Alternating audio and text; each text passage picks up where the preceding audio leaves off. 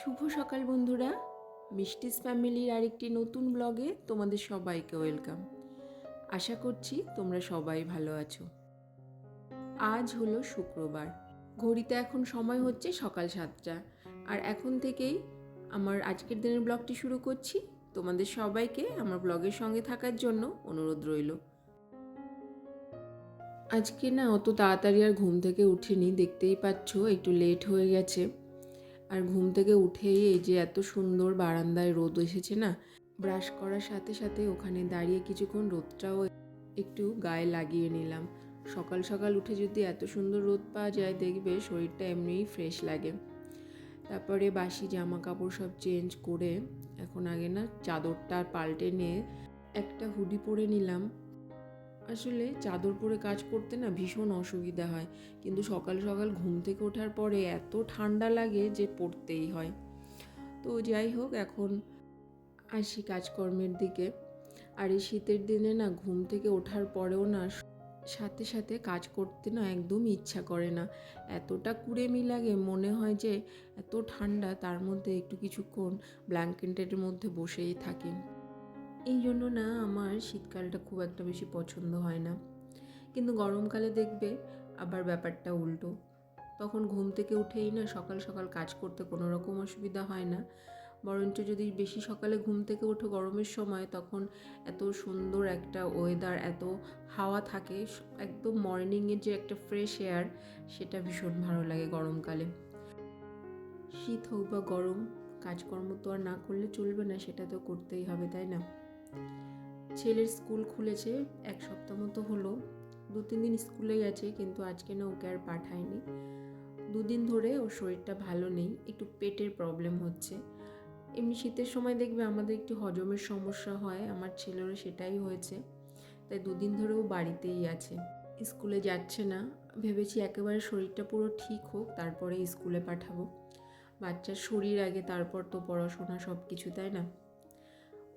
অন্যদিন কি হয়, আমি ঘুম থেকে উঠি তার অনেক পরে গিয়েও ঘুম থেকে ওঠে, কিন্তু আজকে আমি ঘুম থেকে উঠে না সেরকম কোনো কাজকর্ম করতেই পারিনি, তার আগে দেখি ছেলে ঘুম থেকে উঠে পড়েছে। তাই ওকে ব্রাশ করিয়ে দিয়ে, খাইয়ে টাইয়ে দিয়ে, তারপরে এখন সকালের দিকে যে সমস্ত কাজকর্মগুলো থাকে, বিছানা গোছানো, ঘর ঝাড়ু দেওয়া, যা যা কাজকর্মগুলো আর কি, সেগুলো করছি। ঘরে যদি বাচ্চা থাকে আর সেই বাচ্চা যদি কোনো কারণে অসুস্থ থাকে, তাহলে দেখবে সমস্ত কাজকর্মের সাথে সাথে না সেই সব দিকেও একটু এক্সট্রা কেয়ার, একটা এক্সট্রা খেয়াল এগুলো রাখতে হয়। ওর শরীরটা ভালো নেই তো, মানে পেটের প্রবলেমের জন্যই না ওর খাবার দাবারগুলো এখন, মানে খাবার দাবারের রুটিনটাও চেঞ্জ করে দিতে হয়েছে। নর্মাল খাবার ওকে দিতে পারছি না, যেমন সকালবেলাও সেরিগ্রো খায়, সেটা দিচ্ছি না। ডক্টর বলেছে চিড়ে সেদ্ধ করে খাওয়াতে, বাচ্চা মানুষ খেতে চাইছে না, জোর করে খাওয়াতে হচ্ছে। ও খেতে চাইছিল না বলে জানো তো কী করেছি, ওর সঙ্গে সঙ্গে আমিও খেয়েছি। চিড়ে সেদ্ধ করেছি সামান্য একটু নুন চিনি দিয়ে, ওকে কিছুটা দিয়েছি আর কিছুটা আমি নিয়েছি। আমি বলেছি, দেখ বাবু, এটা খেতে ভালোই লাগে, আমিও খাচ্ছি। মানে বাচ্চারা যখন দেখবে যে তার মা যেটা করছে, মা এটা খাচ্ছে, তার মানে এটা আমিও খাবো, এরকম একটা ব্যাপার থাকে না। তা ওকেও চিড়ে সেদ্ধ করে খাইয়েছি আর আমিও খেয়েছি। সকালে ঘুম থেকে ওঠার পর থেকে যে সমস্ত কাজকর্মগুলো সকালের দিকে থাকে আর কি, বাসি কাজ, সেগুলো এক এক করে করা হয়ে গেছে। আর এখন নিজে দেখছো জামা কাপড়গুলো ভাঁজ করে রাখছি। এগুলো কালকে কেচে দিয়েছিলাম, কালকেই শুকিয়ে গেছিলো, কিন্তু ভাঁজ করে না এগুলো আর জায়গার জিনিস জায়গায় রাখা হয়নি। আর জামা কাপড় যদি এই বিছানায় বা চেয়ারে এদিক ওদিক এলোমেলোভাবে থাকে, আমার তো ভীষণই বাজে লাগে দেখতে। দেখবে জামা কাপড় এদিক ওদিক যদি থাকে না, ভীষণ অগোছালো লাগে ঘরটা দেখতে। তা আমি না সবসময় চেষ্টা করি ওগুলো ভাঁজ করে সময় মতো গুছিয়ে গেছে যেখানের জিনিস সেখানে রেখে দিতে, কিন্তু কালকে হয়নি। ওই জন্য আজকে রান্নাঘরে যাওয়ার আগে ওই কাজটাই করে নিলাম। কিচেনে এসছি, এখন লাঞ্চের জন্য সব রান্না বান্না যেগুলো সেগুলো সব করব। আর এই যে মাছগুলো দেখছো, এগুলো না ফ্রিজে ছিল, ওই জন্য না বের করেছি একটু। প্রত্যেকটা মাছই হয় না, মানে ফ্রিজে থাকলে গায়ে গায়ে লেগে গায়ে একটু ঠান্ডা হয়ে বরফের মতো জমে গেছিলো, তাই ওটা না ফ্রিজ থেকে বের করে জলের মধ্যে রেখে দিয়েছিলাম। তারপরে ওগুলো সব ছেড়ে গেছে, আর এখন ভেজে নিয়ে ওটার একটা তরকারি করব। ভাতও হয়ে গেছে। সবার আগে তো কিচেনে এসে ভাতটাই বসিয়ে দিই। ভাত হয়ে গেছে। ভাত হতে হতে আর মাছ ভাজতে ভাজতে এই তরকারিগুলো সব কেটে নিয়েছি।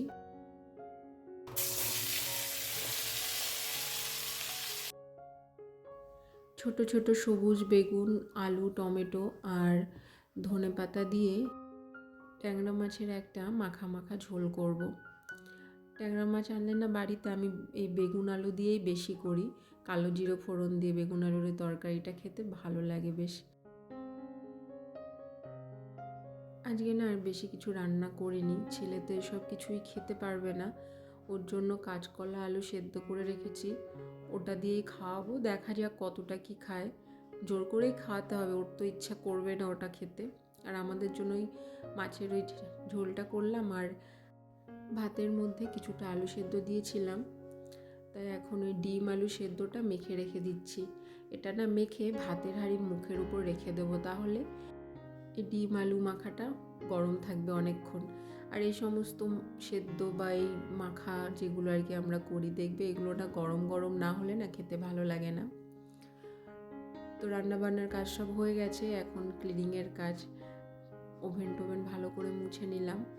আর ওইদিকে ছেলেকেও স্নান করানোর সময় হয়ে যাচ্ছে, তার আগে ওকে একটু ডাবের জল খেতে দেব। ডাবটা ওকে বেশিরভাগ টাইম তো আমি গরমের সময় খাওয়াই, কিন্তু পেটটা ভালো নেই বলে এখন ওই কদিন একটু ডাবের জলটা ওকে দিচ্ছি। আর এটা জানো তো আমাদের গাছেরই ডাব। আমাদের পুকুর আছে, তো পুকুরের পাশ দিয়ে অনেকগুলো নারকেল গাছ আছে, সেই গাছ থেকেই না এই ডাবগুলো সব পাড়া হয়েছে। একদমই কচি ডাব তো, দেখো ছোট্ট কতটুকু একটু ডাব, ওই জন্য জলও না খুব বেশি হয়নি। এইটুকু একটা গ্লাসের 1 গ্লাস পুরো জলও হয়নি। আমার ছেলেকে দেখো, কে বলবে যে ওর শরীরটা ভালো নেই। আর ঠিকঠাক খাওয়া দাওয়া না করে যেন আরও রোগা হয়ে গেছে ও। এমনিতেও ও খুব একটা হেলদি নয়, ছোটোবেলা থেকে ছিমছাম শরীর ওর।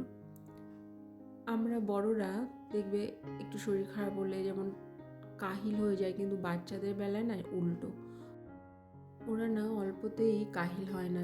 আমার ছেলে তো চুপচাপ বসতেই পারে না, যতক্ষণ শরীরটা খারাপ ব্যাস ততটুকুই, তারপরে আবার যা দুষ্টুমি সেটা শুরু করে দেয়। তারপর ওকে স্নান টান করিয়ে টরিয়ে দিয়েছি। কিছু কি ডাস্টিংয়ের কাজ করার ছিল, সেগুলোই করতে এসেছি। ফ্রিজের কভারটা পরানো তো, ওই জন্য ফ্রিজের চারপাশটা, বডির আর কি চারপাশটা খুব বেশি নোংরা হয় না, কিন্তু সামনের দিকটা তো ওপেন থাকে, ওই জন্য ওটা তো পরিষ্কার করতেই হয়। আর আমার এই ফ্রিজটা তো আমার উপরের রুমে থাকে, তো ওই জন্য খুব বেশি নোংরা হয় না। আমার তো 2টো ফ্রিজ আমাদের বাড়িতে, একটা তো নিচে থাকে যেটা আর কি বেশি ইউজ করা হয়, আর ওপরেরটা যেহেতু কম ইউজ হয় ওই জন্য নোংরাটাও কম হয়। ডাস্টিংয়ের কাজ আজকে আর খুব বেশি করব না, এখন স্নান করব। স্নান টান করে ছাদে চলে এসেছি, প্রায় সময় হয়ে গেছে 1-1:30 মতো। আজকে না কাছাকাছি কিছুই করিনি, নিজেদের যে রেগুলার ওয়ারের মানে আমার আর আমার ছেলের জামা কাপড় সেগুলোই শুধু ওয়াশ করে নিয়েছি। তোমরা দেখতে পাচ্ছ, তোমাদের আমি আমার ভিডিওতে বলেছিলাম কিছুক্ষণ আগে যে আমাদের বাড়িতে অনেক নারকেল গাছ, এই দেখো। তাও তো পুরোটা দেখা যাচ্ছে না, সামনের দিকের যে কিছুটা সেটাই দেখা যাচ্ছে। এরকম অনেকগুলো নারকেল গাছ আছে। ছাদে কিছুক্ষণ দাঁড়িয়ে চুলটা একটু শুকিয়ে নিলাম। চুলটা মোটামুটি আমার বড় তো, কিন্তু প্রতিদিন না পুরো চুল ভিজিয়ে স্নান করি না, মাথার তালুর দিকটা আর কি ভিজিয়ে নিই। পুরো চুল ভেজালে না ওটা শুকাতে অনেক টাইম লাগে, তা সামনের দিকে যতটা পারি ভিজিয়ে নিই, তা সেটা একটু শুকিয়ে নিলাম। আবার ওটা যদি ভেজা থাকে, এমনিতে শীতের দিন আরও ঠান্ডা লেগে যাবে। বড় চুল তো ভীষণই ভালো লাগে, কিন্তু সেই চুল বড় রাখতে তার যে কত কেয়ার নিতে হয়, কত কিছু করতে হয়, যাদের বড় চুল আছে সেটা একমাত্র তারাই জানে। আমার আরও ইচ্ছা আছে যে চুলটার একটু বড় হোক। ছেলেকে খাওয়ানো হয়ে গেছে, এখন আমি খেতে বসছি। আমার না খুব খারাপ লাগছিল যে ছেলেটা এসব কিছুই খেতে পারলো না। ডিম তো ভীষণ পছন্দ করে প্রত্যেকটা বাচ্চা, আমার ছেলেও তাই, কিন্তু ও কাঁচকলা আলু দিয়ে অল্পই খেয়েছে জানো তো। যতটা ভাতও খায় যে পরিমাণ, তার হাফটাই খেয়েছে। তা আমি নিজে যখন খাচ্ছিলাম আমার খুব খারাপ লাগছিল, কিন্তু কিছু করার নেই, ওকে তো আমি সব খাবার কিছু দিতেই পারলাম না। ওকে ঘুম পাড়িয়ে দিয়ে ছাদে এসেছি জামা কাপড়গুলো সব তুলতে। সব কিছুই শুকিয়ে গেছে, খুব ভালো রোদ ছিল তো। জামা কাপড়গুলো তুলে নিয়েছি, আর এখন গাছগুলো একটু জল দিয়ে দেবো। সকালবেলা বিকালবেলা দুবার তো নিয়ম করে করে অল্প অল্প করে জল দিয়ে এগুলোতে। তো চলো বন্ধুরা, আজকের মতো ভিডিওটি এখানেই শেষ করছি। দেখা হবে তোমাদের সঙ্গে আবার নেক্সট ব্লগে। আশা করছি তোমাদের আমার ভিডিও ভালো লেগেছে। তোমরা সবাই ভালো থেকো, সুস্থ থেকো। সবাইকে জানাই টাটা।